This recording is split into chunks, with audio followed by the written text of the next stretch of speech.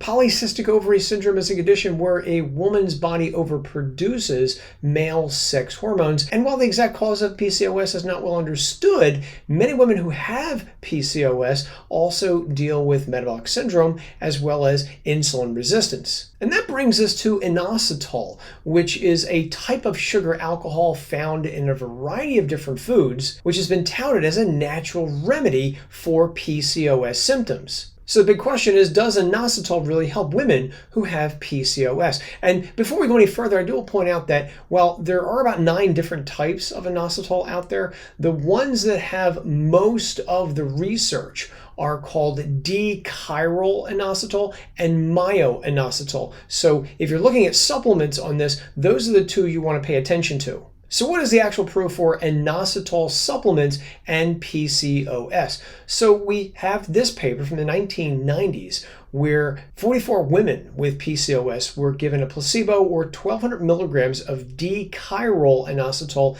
each day for between 6 and 8 weeks. It was reported that inositol resulted in declines in testosterone, blood pressure, triglycerides went down, and their insulin function improved as well. There's also this very interesting paper where it's reported that both myo-inositol and d-chiro-inositol were equally effective when given to women for each day for 3 months. However, they worked better together than just taking myo-inositol by itself. I also want to circle back and mention that a lot of women who deal with PCOS may also be dealing with insulin resistance and other hallmarks of metabolic syndrome, also known as pre-diabetes. And in keeping with that line of thinking, I want to present to you this paper, which lasted for an entire year.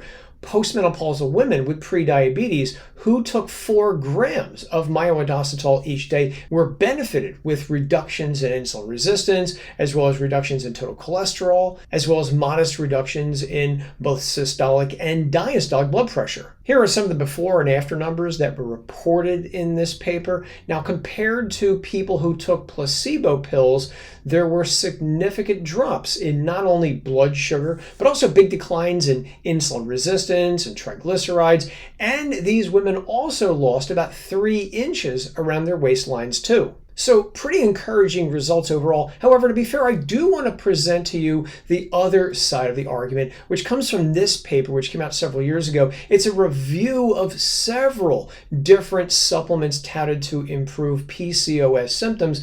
And the researchers here are stating at the end that there's, quote, no high quality evidence to support the use of any dietary supplements or herbal therapies for the treatment of PCOS symptoms. Now, to me, that statement says the research could be better than it currently is, and results may vary from person to person. So what do I think of all this? Is there evidence to suggest that inositol supplements can help some women who have PCOS? And I would say that looking at the research that I saw, I think there is a possibility that inositol may help some women who have this condition. I would say if you're going to try inositol for PCOS, go into it with eyes wide open and realize that results may vary from woman to woman. Now, as for how much inositol may help PCOS symptoms, so I would say right now from the research that I saw, the dosage or amount would range somewhere between probably 1,000 milligrams to 4,000 milligrams a day taken over the course of several weeks. I'd also suggest starting with less than what I just said, at least in the beginning, to give your body time to adjust to this new supplement that you're about to take. I would also stipulate that if you are taking diabetes medications, for instance metformin, to speak to your doctor before taking inositol supplements